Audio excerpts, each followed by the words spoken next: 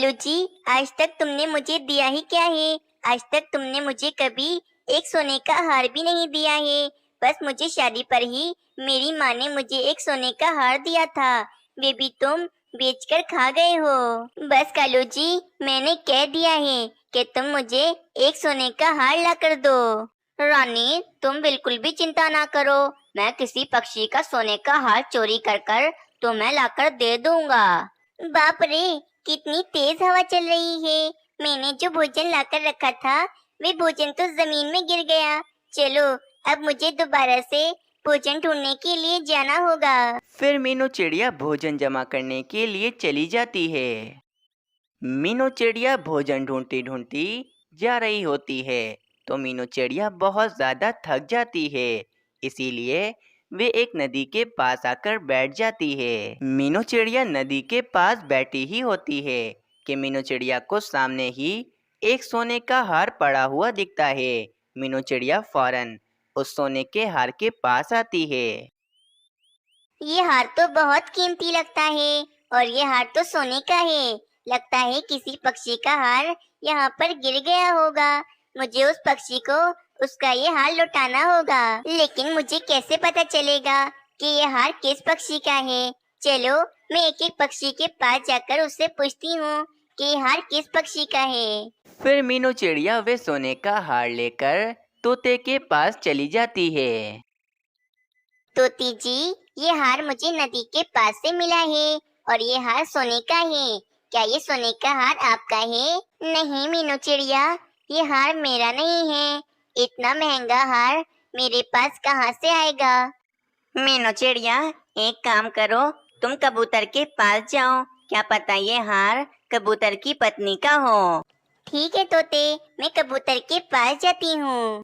फिर ये कहकर मीनू चिड़िया कबूतर के पास चली जाती है। मीनू चिड़िया, सब खैरियत तो है ना? तुम आज सुबह सुबह मेरे घोंसले में आई हो। हाँ कबूतर, सब कुछ ठीक है। वैसे कबूतर, तुम्हारी पत्नी जी दिखाई नहीं दे रही हैं। वे कहाँ हैं? क्या बताऊं मीनू चिड़िया, कल रात मेरी पत्नी मुझसे झगड़ा कर कर अपने मैके चली गई है। कबूतर भाई, ये सोने का हार मुझे नदी के पास से पड़ा हुआ मिला है। क्या ये सोने का हार आपकी पत्नी का है? मीनू चिड़िया, ये सोने का हार मेरी पत्नी का कैसे हो सकता है? कल रात मेरा झगड़ा मेरी पत्नी से इसीलिए हुआ है कि मेरी पत्नी मुझसे कह रही थी कि मैं उसे एक सोने का हार दिलाऊं, लेकिन मेरे पास तो इतने पैसे नहीं हैं कि मैं अपनी पत्नी को सोने का हार दिलाऊं। बस इसी वजह से वे मुझसे नाराज होकर अपने मैके चली गई है। कबूतर, तुम बिल्कुल भी चिंता मत करो।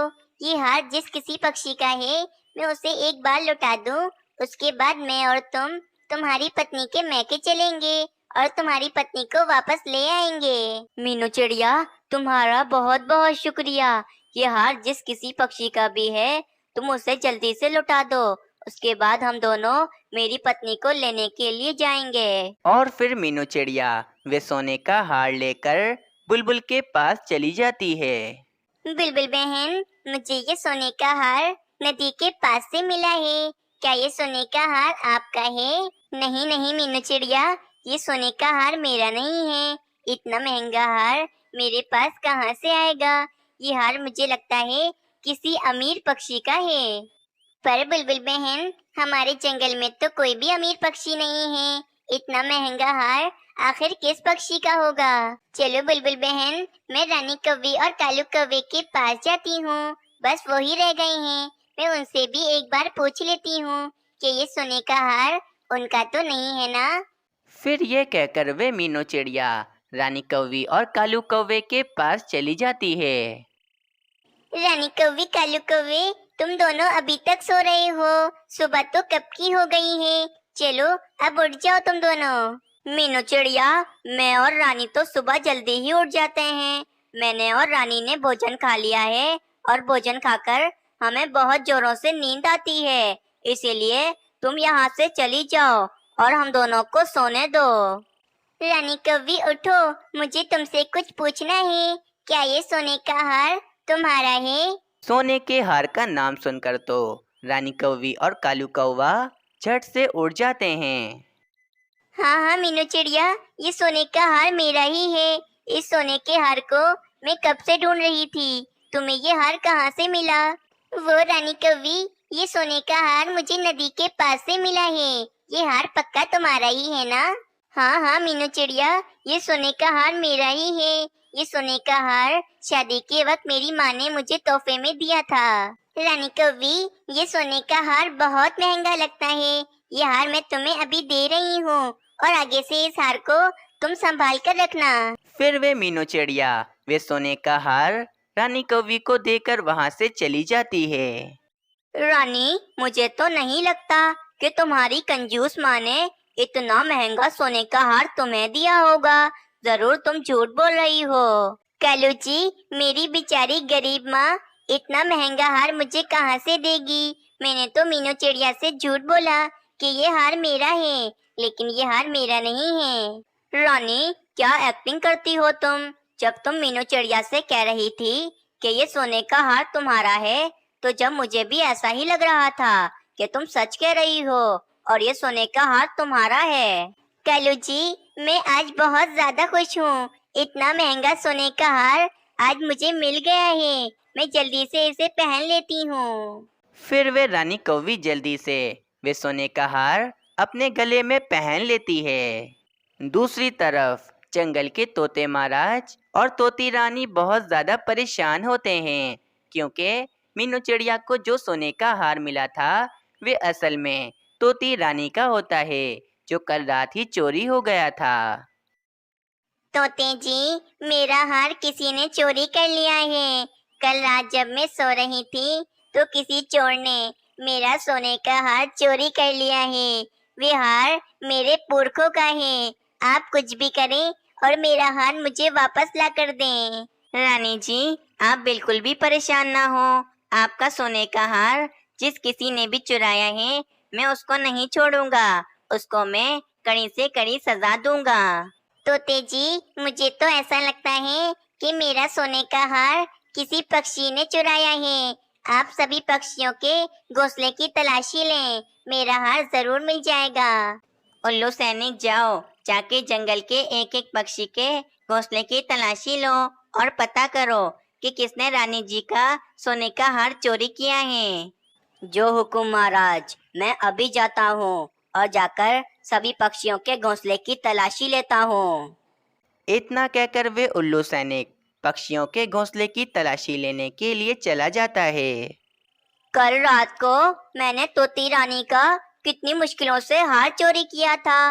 ना जाने रात को वह सोने का हार कहाँ गिर गया। मेरी मेहनत तो जाया हो गई। तोती रानी का हार रात को एक कौवे ने चुराया था, जो कि उसके पंजों से नदी के पास गिर गया था। दूसरी तरफ उल्लू सैनिक कबूतर के घोंसले में आता है और कबूतर के घोंसले की तलाशी लेने लगता है। सैनिक जी, मैं आपसे कब से कह रहा हूँ, मैंने तोती रानी का हार चोरी नहीं किया है। आप कब से मेरे घोंसले की तलाशी ले रहे हैं? फिर वे उल्लू सैनिक तोते के घोंसले में आता है और तोते के घोंसले की अच्छे से तलाशी लेने लगता है, लेकिन उल्लू सैनिक को वहां पर भी वे सोने का हार नहीं मिलता। इसीलिए वह मीनू चिड़िया के घोंसले में चला जाता है। उल्लू सैनिक को मीनू चिड़िया के घोंसले में भी तोती रानी का हार नहीं मिलता। इसीलिए वे कालू कौवे और रानी कौवी के पास चला जाता है। उल्लू सैनिक जैसे ही कालू कौवे और रानी कौवी के घोंसले में आता है, तो वे रानी कौवी के गले में तोती रानी का हार देखकर बहुत ज्यादा गुस्से में आ जाता है। अच्छा, तो तोती रानी का हार कौवा और कौवी ने चुराया है। चलो कौवा और कौवी, तोते महाराज के पास चलो। अरे, ऐसे कैसे हम तोते महाराज के पास जाएं? ये हार मेरा है, ये कोई तोती रानी का हार नहीं है। फिर वे उल्लू सैनिक कालू कौवे और रानी कौवी को पकड़कर तोते महाराज के पास ले जाता है। तोती रानी को अपना सोने का हार मिल जाता है और तोते महाराज कालू कौवे और रानी कौवी को पिंजरे में कैद कर देते हैं। ये सब तुम्हारी लालच की वजह से हुआ है। ना तुमने मीनू चिड़िया से झूठ मूठ कहकर ये सोने का हार लिया होता और ना हम आज इस पिंजरे में कैद होते। फिर कालू कौवे और रानी कौवी को अपने झूठ बोलने की सजा मिल जाती है। प्यारे दोस्तों, इस कहानी से हमें ये सीख मिलती है कि हमें अपनी ज़िंदगी में कभी भी झूठ नहीं बोलना चाहिए, क्योंकि एक ना एक दिन हमारा झूठ पकड़ा ही जाता है। एक जंगल में एक सोनू चिड़िया रहती थी। वे चिड़िया बहुत ही सुंदर थी। सुंदर होने के साथ साथ सोनू चिड़िया बहुत ही रहमदिल और दूसरे पक्षियों की मदद भी करती थी। सोनू चिड़िया अकेले अपने घोंसले में बैठी होती है कि वहाँ पर कोमल चिड़िया आ जाती है। कोमल चिड़िया, क्या बात है, इतनी खुश क्यों लग रही हो? क्या कोई खास बात है? हाँ सोनू चिड़िया, आज बहुत ही खास बात है। इस कारण मैं आज बहुत ज्यादा खुश हूँ। सोनू चिड़िया, मैं कब से तुम्हारी शादी के लिए कोई सुंदर और सुशील चिड़ा ढूंढ रही थी, लेकिन आज मुझे तुम्हारे लिए एक बहुत ही सुंदर और सुशील चिड़ा मिल गया है। वे चिड़ा बहुत ही अमीर है और बहुत मेहनती भी है। सोनू चिड़िया, वे तुम्हें बहुत ज्यादा खुश रखेगा। हाँ हाँ कोमल चिड़िया, वे चिड़ा बहुत अच्छा होगा। लेकिन कोमल चिड़िया, उस चिड़े का नाम क्या है? सोनू चिड़िया, इस चिड़े का नाम बबलू चिड़ा है और वे बबलू चिड़ा आज तुम्हें देखने के लिए तुम्हारे घोंसले में आएगा और मुझे पूरा यकीन है कि बबलू चिड़ा तुम्हें बहुत पसंद करेगा, क्योंकि तुम खुद भी बहुत सुंदर हो।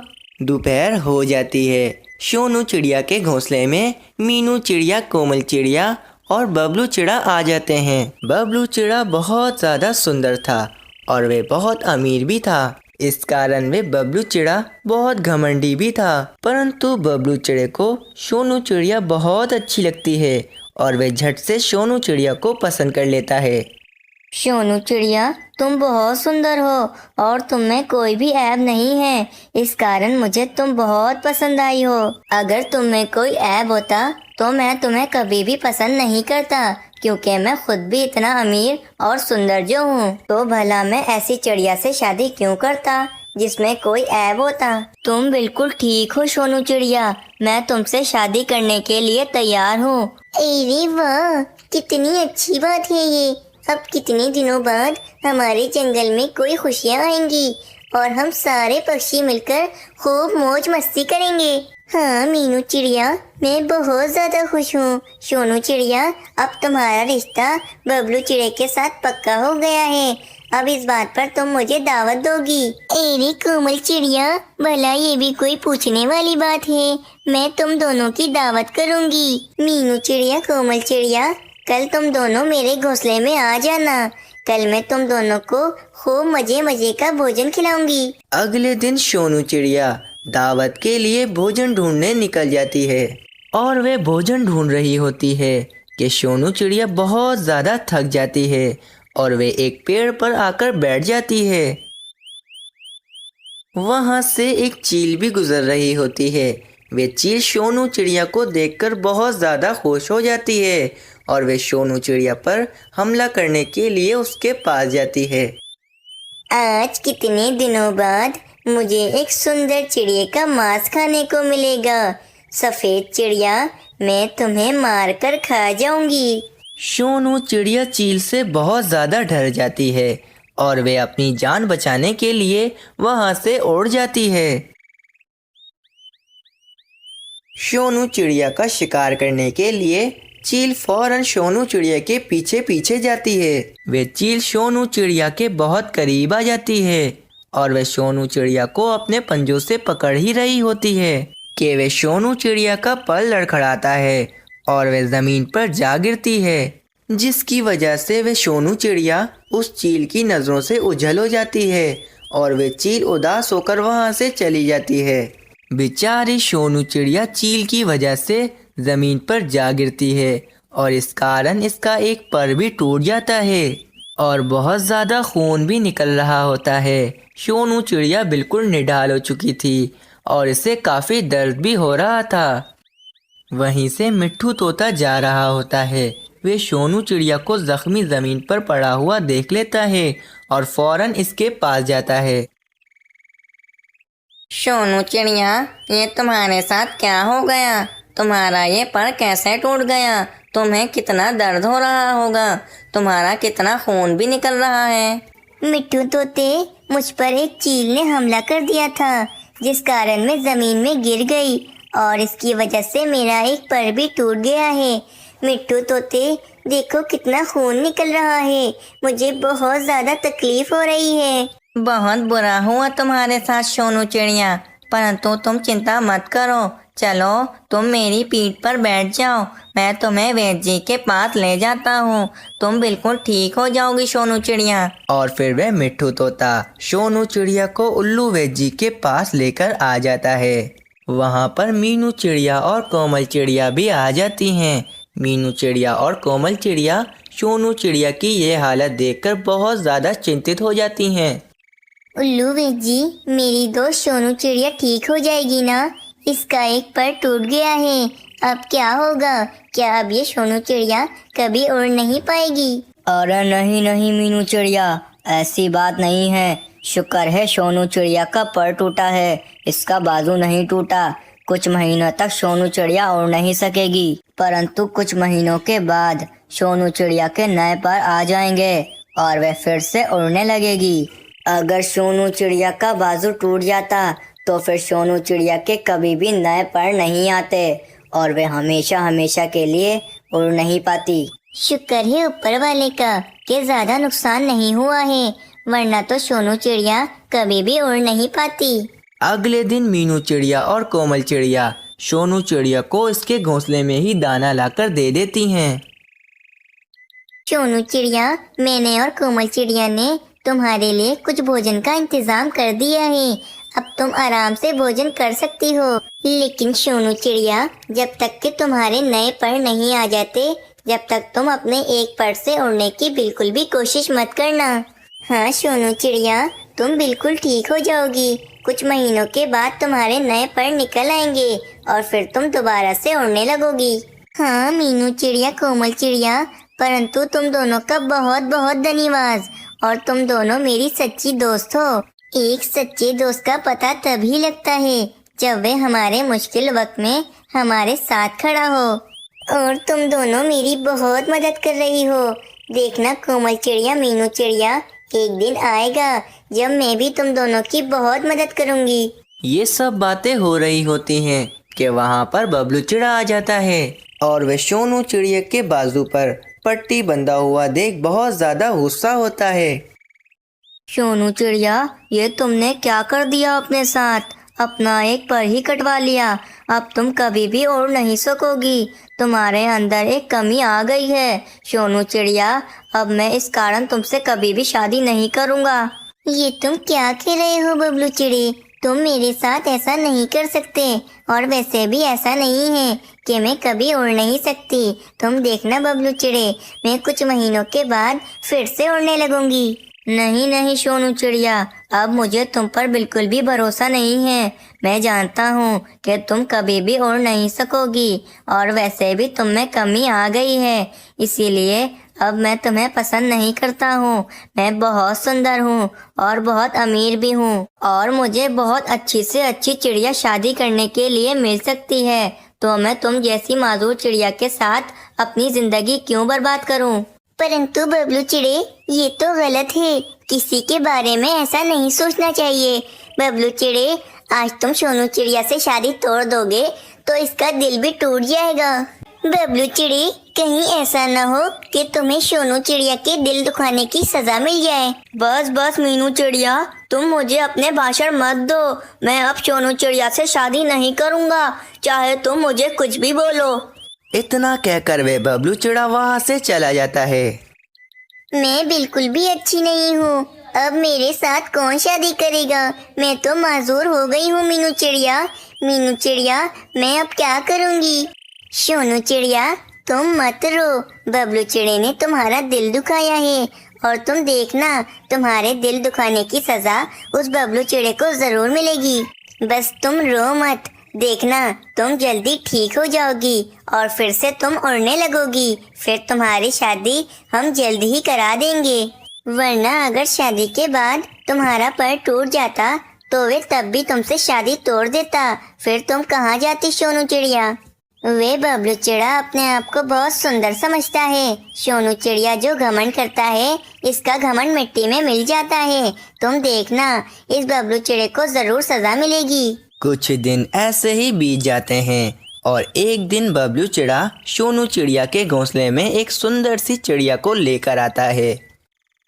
सोनू चिड़िया, ये देखो, इस चिड़िया का नाम मोमल चिड़िया है और मोमल चिड़िया तुमसे भी ज़्यादा सुंदर है और इसमें कोई कमी नहीं है।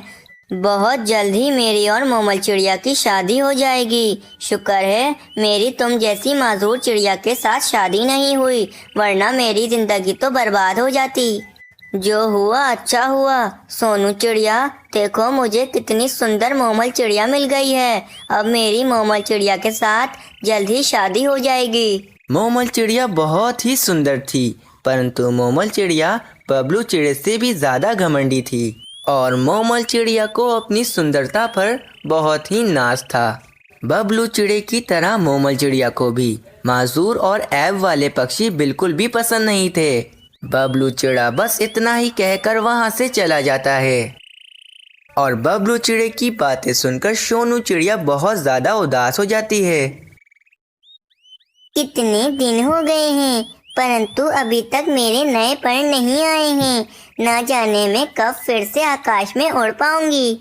अगले दिन मीनू चिड़िया अपने भाई मानो चिड़े को लेकर सोनू चिड़िया के घोंसले में आती है। सोनू चिड़िया, आज कितने दिनों बाद मेरा भाई वापस हमारे जंगल में आया है और तो और इसने बहुत मेहनत की है। और मानो चिड़े ने अपनी एक गंदम की फसल और एक चावल की फसल लगाई थी, जो अब बड़ी हो गई है और अब मेरा भाई मानो चिड़ा बहुत अमीर हो गया है। वाह मीनू चिड़िया, ये तो बहुत ही अच्छी बात है। मानो चिड़ा बहुत ही रहमदिल और अच्छा होता है। वे सोनू चिड़िया की सुंदरता से बहुत ही मुतासिर होता है और मानो चिड़े को सोनू चिड़िया बहुत ही पसंद आ जाती है। सोनू चिड़िया, तुम बहुत सुंदर हो, क्या तुम मुझसे शादी करोगी? मानो चिड़ी, ये तुम क्या कह रहे हो? मेरा तो एक पर भी नहीं है, क्या तुम फिर भी मुझसे शादी कर लोगे? सोनू चिड़िया, ऐसे क्यों कह रही हो? अभी तुम्हारा एक पर नहीं है तो क्या हुआ, कुछ महीनों के बाद तुम्हारा नया पर निकल आएगा और तुम फिर से उड़ने लगोगी। सोनू चिड़िया, तुम में कोई कमी नहीं है, तुम बहुत ही सुंदर हो सोनू चिड़िया। मानो चिड़े की बात सुनकर सोनू चिड़िया बहुत ही खुश होती है और वह मानो चिड़े से शादी के लिए तैयार हो जाती है। सोनू चिड़िया, मैं बहुत ही जल्द तुम दोनों की शादी करवा दूंगी। कितना मजा आएगा तुम दोनों की शादी में। मीनू चिड़िया बहुत ही ज़्यादा खुश हो जाती है। जब ये बात बबलू चिड़े तक पहुंचती है तो वे बहुत ज़्यादा हैरान हो जाता है। मानो चिड़ा तो मुझसे भी ज़्यादा बेवकूफ़ निकला। मानो चिड़ा तो मुझसे भी ज़्यादा अमीर है। वे बेवकूफ़ मानो चिड़ा उस माजूर चिड़िया से शादी कर रहा है। चलो छोड़ो इस मानो चिड़े को, मुझे क्या है, वे किसी से भी शादी करे। मैं एक काम करता हूँ, मैं जंगल के आखिर में जो गुफा है उधर जाता हूँ। काफ़ी पक्षी कहते हैं कि उस गुफा में बहुत सारा भोजन है, परंतु इस गुफा का पत्थर कोई नहीं हटा सकता। मैं बहुत ज़्यादा ताकतवर हूँ, ज़रूर मैं उस गुफा का पत्थर हटा सकूँगा। मैं उस गुफा से सारा भोजन ले आऊँगा और फिर मैं उस मानो चिड़े से भी ज़्यादा अमीर पक्षी बन जाऊँगा। ऐसा सोचकर बबलू चिड़ा जंगल के किनारे एक गुफा के पास चला जाता है। वे गुफा एक बड़े से पत्थर से बंद होती है। ये देखकर बबलू चिड़ा बहुत ही ज़्यादा चिंतित हो जाता है। अरे, ये पत्थर तो बहुत बड़ा है, परंतु मैं कुछ ना कुछ करके इस पत्थर को हटा ही दूंगा। मैंने बड़ा सा पत्थर इस गुफा से हटा दिया तो फिर इस गुफा में जितना भी भोजन होगा वे सारा मेरा होगा और फिर मैं इस जंगल में सबसे अमीर पक्षी बन जाऊंगा। और वे बबलू चिड़ा अपनी पूरी जान लगाकर उस पत्थर को धक्का देने लगता है कि अचानक वे पत्थर हिलता है और वे बबलू चिड़ा अपने आप को इस पत्थर से बचाने की चक्कर में इस पत्थर को धक्का देने लगता है। इस कारण वे बबलू चिड़े के दोनों पर टूट जाते हैं और काफ़ी ज़्यादा खून निकल रहा होता है। थोड़ी देर बाद वहाँ से वैद जी गुजर रहे होते हैं कि वे वैद जी बबलू चिड़े को ज़मीन पर ज़ख्मी पड़ा हुआ देख लेते हैं। उल्लू वैद जी फ़ौरन उस बबलू चिड़े के पास जाते हैं अरे बबलू चिड़े, ये तुम्हें क्या हो गया है? तुम्हारे ये दोनों पर कैसे टूट गए हैं? बबलू चिड़ा उल्लू वैद जी को पूरी बात विस्तार से बताने लगता है। ये तुमने क्या कर दिया बबलू चिड़े? इस गुफा के अंदर जाने की लालच में कितने पक्षी अपनी जान से हाथ धो बैठे हैं, और तुम्हारे तो दोनों बाजू भी टूट गए हैं। अब तुम्हारे नए पर भी नहीं निकलेंगे। अब तुम कभी भी उड़ नहीं पाओगे बबलू चिड़े। अरे ये आप क्या कह रहे हो उल्लू वैद जी? ऐसा कैसे हो सकता है? मैं अब पूरी जिंदगी उड़ नहीं सकूंगा। मैं अब क्या करूंगा? अब मैं मोमल चिड़िया के सामने कैसे जाऊंगा? वह तो मुझसे कभी भी शादी नहीं करेगी। अब मेरा क्या होगा उल्लू वैद जी? और फिर उल्लू वैद जी बबलू चिड़े को इसके घोंसले में पहुंचा देते हैं। और फिर कुछ देर बाद वहां पर मोमल चिड़िया भी आ जाती है। वे भी बबलू चिड़े को दोनों परों से माजूर देखकर बहुत ज़्यादा गुस्सा होती है।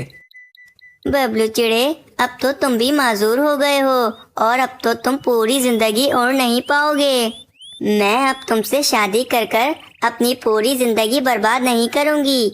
बबलू चिड़े, मैं अब तुमसे शादी नहीं करूंगी। मैं जा रही हूँ। मैं किसी दूसरे सुंदर और अमीर चिड़े से शादी कर लूंगी। इतना कहकर वे मोमल चिड़िया वहां से चली जाती है। बबलू चिड़ा बहुत उदास हो जाता है और इससे अपनी गलती का एहसास होता है। वे फौरन सोनू चिड़िया को अपने घोंसले में बुलवाता है। और अब तो सोनू चिड़िया के नए पर आ चुके थे और अब वे उड़ सकती थी।